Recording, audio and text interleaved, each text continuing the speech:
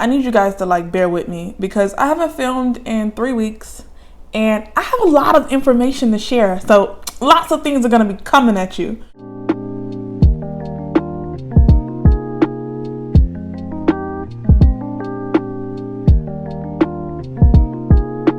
Hello, welcome back to my channel. I am Monae and you are watching LifeAsMonae. So a couple of things I want to get out of the way first, just a few announcements, some really minor and some extremely big, and I'm really excited to share that with you guys. So I've kind of like low-key, high-key, maybe soft launched a book club, and this month I will be reading Malice by John Gwynne, and my live show for this book will be September 27th. I will be joined by Monty from It's Monty Price, Aaron from Booked and Busy, and Elena from Elena the Great.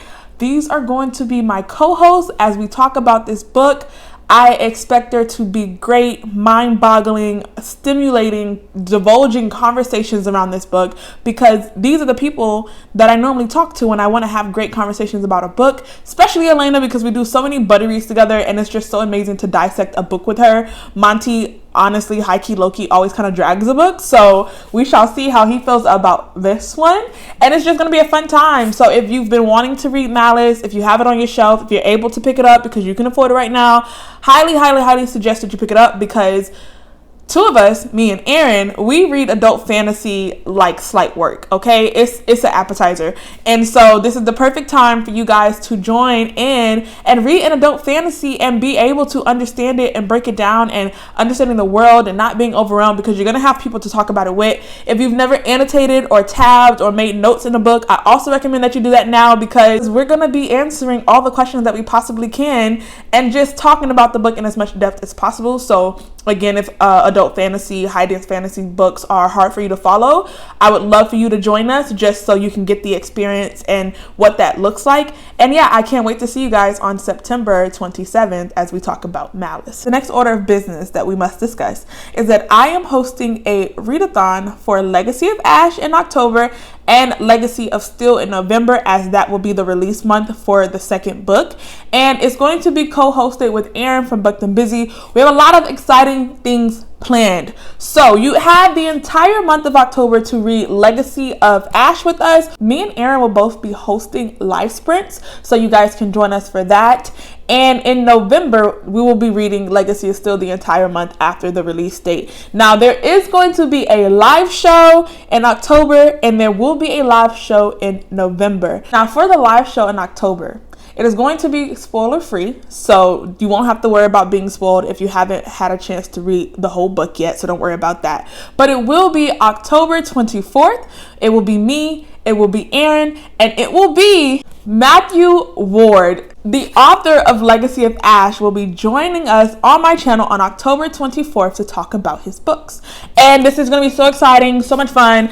I read this book, so this is going to be a reread for me, and I have so many questions I could possibly want to ask him. And I know that after you guys read this book, you guys are going to have some questions of your own. So please join us in reading Legacy of Ash and Legacy of Steel. We will get to talk to the author, but we won't be spoiling anything until November. At the live show in November, we will be spoiling the book because at that point we have already read book 1 and book 2, and we're going to be getting into some details. So join us for that. It's going to be a whole lot of fun.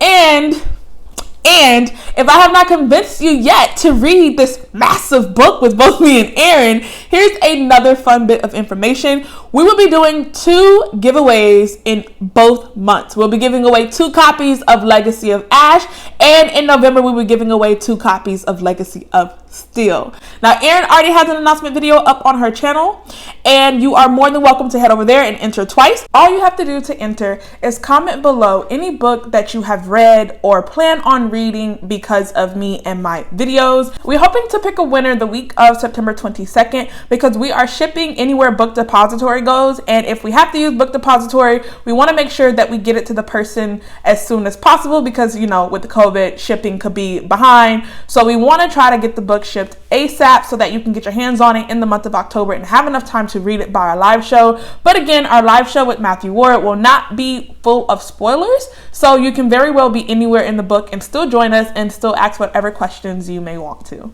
The giveaway in November is going to have a little bit different stimulations of the giveaway, but there will be a giveaway in November for Legacy of Steel after it releases. And just stay tuned for that and how you can enter into that giveaway. Okay, so I am currently in a reading slump and it is not going well. I just simply don't have the desire, ambition, willpower, urge. I don't got nothing. I don't want, the books behind me are just for show. So I don't want to read. But let's not dwell on that.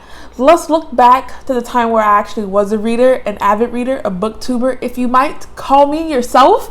And in the month of August, I read some really amazing books, all by Indigenous authors that, we're going to review. So the first book that I read in the month of August was Future Home of the Living God. Now, this one is one that I still think about, like it's still resonating with me. This book was just absolutely phenomenal, and I just can't get it out of my mind. It was such a 5 out of 5 read for me. Now, this book covers a apocalyptic world where evolution is going backwards and babies are being born primitive or like primitive humans.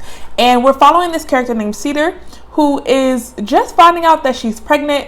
Her relationship wasn't even really a relationship. It was just a little fling thing she had going on. So Cedar is Indigenous, but she was adopted by very liberal, progressive white parents. Cedar sets out on this kind of mission to meet her birth mother. So as Cedar's traveling to meet her birth mother, who lives on an Indigenous reservation, the government is rounding up pregnant women because they kind of want to get control, or they want to get a hold of what is happening with the labors and the pregnancies and the babies that are being born. And a lot of times there's really no way to know what's happening. What I love about this book is that it starts at the decline of this world. So when you meet Cedar, there's these rumors going around and people are starting to panic. They're starting to buy up food and toilet paper, and you know what I'm saying? It's getting kind of crazy, but you don't really know, or you're not really sure of exactly what's happening or where things are going to go. So as things start to decline, you're in this world with Cedar and you're getting nervous with her. You're getting worried with her. You're getting like, should we be concerned? Like, they're starting to say that pregnant women are being rounded up, and here I am pregnant. Should I share that information? Who can I trust? Who can I not trust? Is this even real? Is the stuff that we're hearing even real? And it's just it really puts you into the book. It really makes you invested in the book, and that's one of the things that I really, really love. Now, this book does follow Cedar in her experience. She's kind of writing letters to her unborn child that she one day hopes to give the letters to.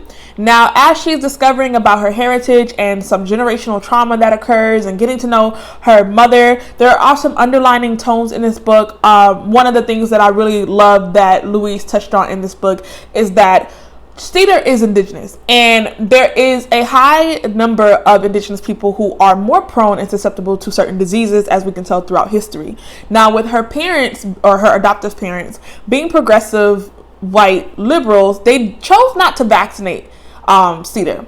And that was just really resonating with me throughout the book, because as Cedar went to school and grew up and learned more about her history and just what it means to really be Indigenous, she felt like she had an obligation to herself to get vaccinated in secret, because just learning about what happened to a lot of the people in her culture, she was just like, I feel like choosing not to get vaccinated is a privilege. It's a privilege that you can afford if you are white, and it's not one that I can afford. And as much as I want to be a part of this community, as much as my parents love me, they're great, phenomenal people, this is not my world. And I can't take the same risks that they do, because doctors are not going to go to that extent to save my life as they would with someone else who was a white person. So one of the things Cedar does in this book is she decides to vaccinate herself. So you have this character who grew up in a white world, and she's never really been in touch with her Indigenous side. But Cedar very easily recognizes that her parents kind of picked her as a token girl, like she's just this token child. It just really felt like tokenism, and we have a character who, as much as she loves her parents, sometimes she does recognize that. And I really love that aspect of the book, because you get to see what it is and what it feels like to be torn between what you are and where you come from and the world that you seem to have been placed in, and how there's really no way to mold someone to fit into a box that was never meant for them. And so Cedar sets out to find her mother, even though she doesn't come across the most happiest family. Her half sister that she meets is chaotic. Her mother's struggling or has struggled with drug abuse, alcohol abuse. She meets a stepfather who he struggles a little bit with his mental state. He has a little bit of a bipolar situation, and sometimes he gets depressed and suicidal. So even though she meets her family, and it comes at like a heavy burden because they're not perfect people. They're living kind of in poverty a little bit. They're living on this reserve, but even with all of that, you can start to see the connections that are very, very important to see there, and the things that are going to help her as she continues with her pregnancy and goes on. I did want the book to touch more on what was happening around the world, but you really only got to see it from Cedar's perspective. And when Cedar is on the reservation, she's not in touch with what's going on in the regular world outside of the reservation. So when she gets on there, when she gets to the reservation, things are starting to decline, but she feels a little safe because she's on the reserve. And so when she finally leaves the reserves, everything has pretty much gone to crap around the world. She's very much in danger. She can never leave her house. The government is basically MIA, and other organizations are coming out of the woodworks trying to be the new implementers of the world. And it was just great. I highly, highly, highly recommend this book. And out of all the books that I read this one is my favorite, like hands down. I love this book. So the next book that I read was There by Tawny Orange. Now, I didn't read the trigger warnings going into this book.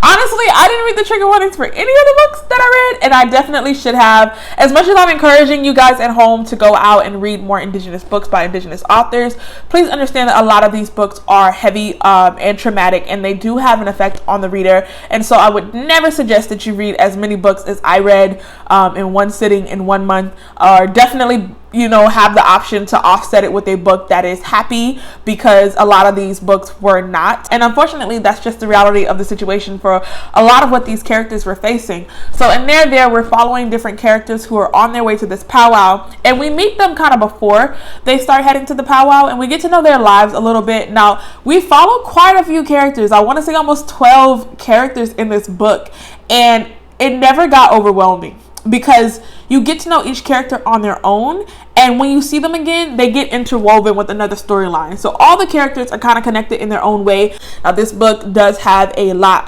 of trigger warnings. There was quite a bit of representation between older people, young people. One person in the book has alcohol fetal syndrome, and I feel like he addressed it in such a beautiful way, because this character knows that he calls it the drone. He knows that he has alcohol fetal syndrome. He knows that he looks different from everyone else, and he knows what his perception is of other people, or what other people think of him. And he has these moments of self-reflections of, I know that this is what people think of me. And it's in the book, and it's not like this elephant in the room, and it is addressed. And I just really enjoyed that we had a character who is willing to acknowledge it and talk about the ways that affects his life. We have a character in the book who is slightly overweight, and it just never felt like fat shaming. It was highlighting some of the issues in the community, not just the Indigenous community, but in the world period, or in society period, of how we treat people who are overweight. There is alcohol, substance abuse, rape, a child being born of a rape. It's a lot of things that happen in this book. And when they all get to the powwow, it is a massive, explosive type of event that I was shook. This book definitely made me cry, and I don't think I'm ever gonna be well. It was so beautifully done. And I think for me, just following all these characters and just feeling the pain that they're going through, and just knowing what's happening to them in their lives, and you have this event of the powwow in your head, because this is supposed to be where they come, they start to get together, they start to celebrate who they are, celebrate their heritage, and it's just supposed to be a celebration of love and just excitement and just everything. I was so excited for them to get to this powwow, and I don't want to spoil it for you, but let's just say that my anticipations for the powwow were definitely well intended, but in the wrong place. And I guess that's what makes the book so phenomenal, is that you really become invested with these characters, and you really want to see them heal and be better and just overcome a lot of the things that's weighing them down. It was so beautifully done. If you are someone who doesn't mind the trigger warnings in this book, I highly recommend that you read it, because it was just a great book all the way around. So the next book that I read was a nonfiction, and this book was called Seven Fallen Feathers. Now, this one was the most educational and enlightening nonfiction book I've ever read. I don't have a physical copy, but I did purchase the ebook, and I think I have like 300 annotation highlights in this book, because like every other line was just like, I can't even fathom, I can't wrap my mind around it, this can't be true, this can't be, and you know that it is, because you know what I'm saying, it's a non-fictional book, and it's kind of like inspective journalism, where this person is following the story and you're uncovering things as she uncovers them, and you're just like, this is so insane that like I don't have the mental capacity to even understand what happened here. But if you are someone who wants to understand more about the government and their approach to Indigenous communities and how they chose to handle them in the past, and how those things kind of correlate to the future, and how they're still dealing with the lasting effects of that, this book is definitely the one. I think this book delivers blows in a way that helps you consume it more, because in the fictional books that I was reading, you're so invested in the character storyline, and it evokes so many emotions and feelings from you, that when you hear something traumatic, you're just like, wow, this really, really hurts. But in this book, the author of this book speaks in a very factual way. I actually had the audio book, so it was objective journalism. Like, this is what happened. This is not me trying to get you to feel anything. Whatever you feel is what you feel on your own. But this is the fact. This is what happened. And this book, if it was done in any other way, I couldn't even imagine. Like, this book was just done in the perfect way for a nonfiction book. So in this book, we're following a reporter who's going around in this Providence in Canada. And she's dealing with let me back up, because we got to get a little history. Into this video. So there were in Canada and a few in the US Indigenous residential schools.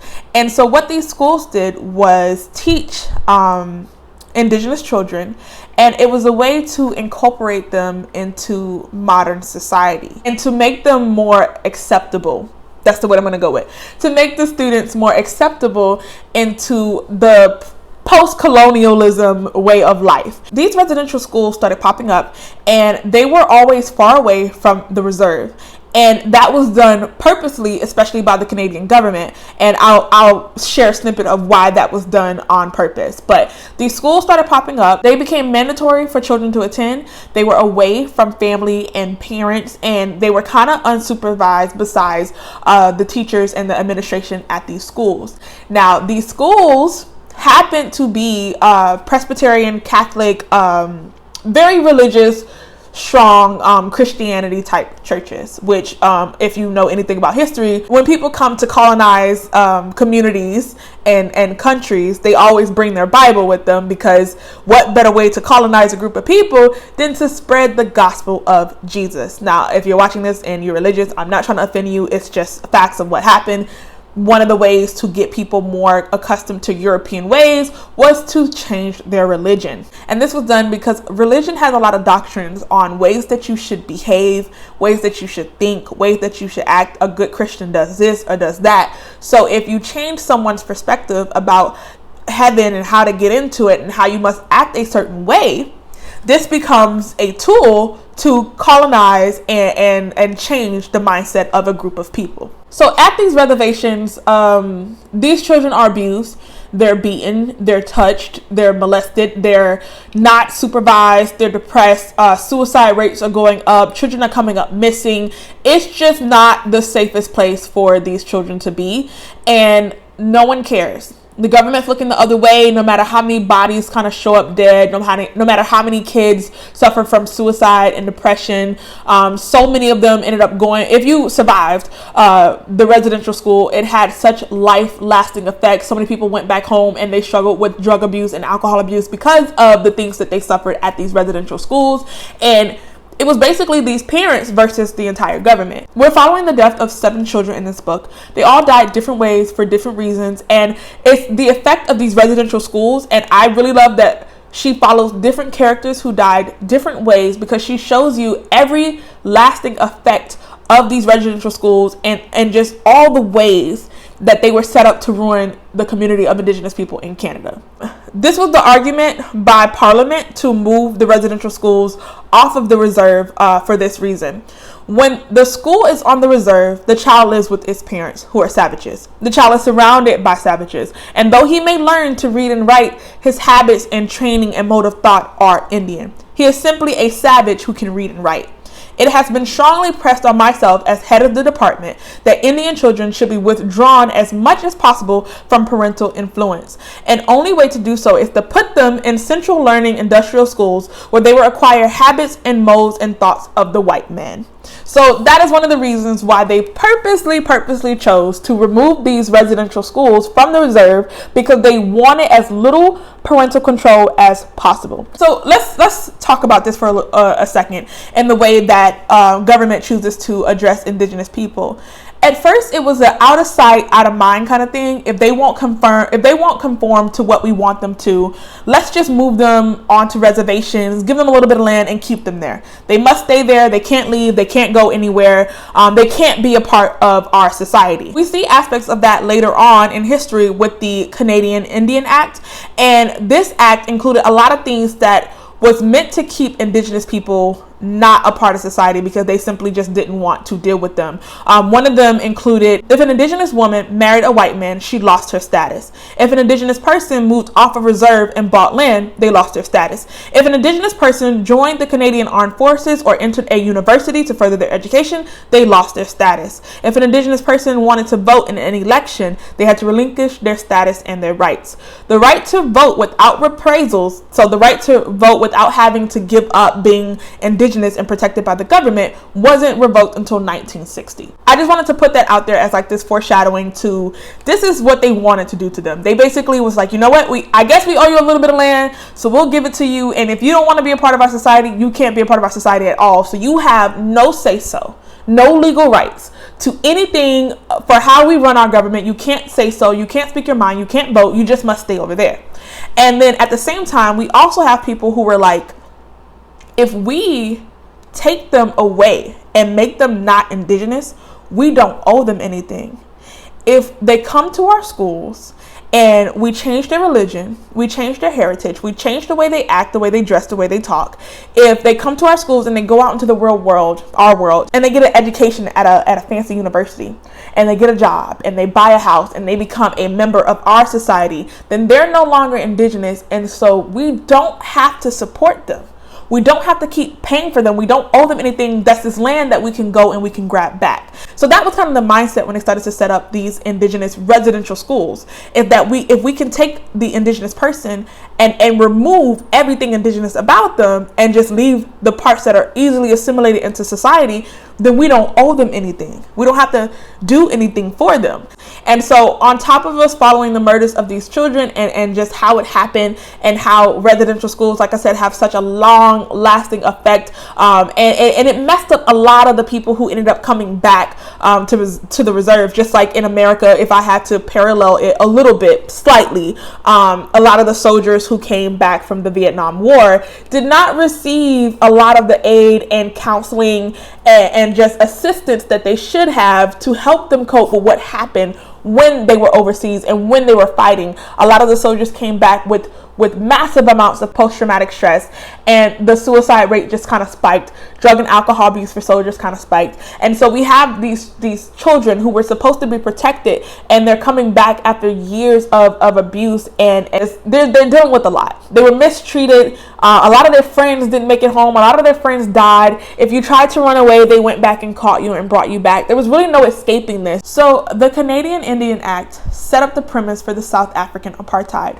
when the white elites was trying to figure out how to separate themselves from the blacks and what rights to take away and how to keep them oppressed. They followed the example of the Canadian Indian Act and just how successful it was in the destruction and the oppression of its Indigenous community. And you I really highly suggest that you guys read this book because it was covered so beautifully. So because I don't want this video to be too long, those are the only books that I'm going to talk about in depth. I did read other books as well, such as Heartberries. I did read The Islands of Decolonial Love. I did read Morrow Thieves. I read so many books, I feel like I'm forgetting one. But what I will do is that I will post a review for those books on my Instagram. I can go into my thoughts about these books without having to be concerned with the amount of time that I'm spent talking about them, because honestly, each book that I read was so phenomenal, and I don't have it in me to break it down and make it seem like anything smaller than what it was.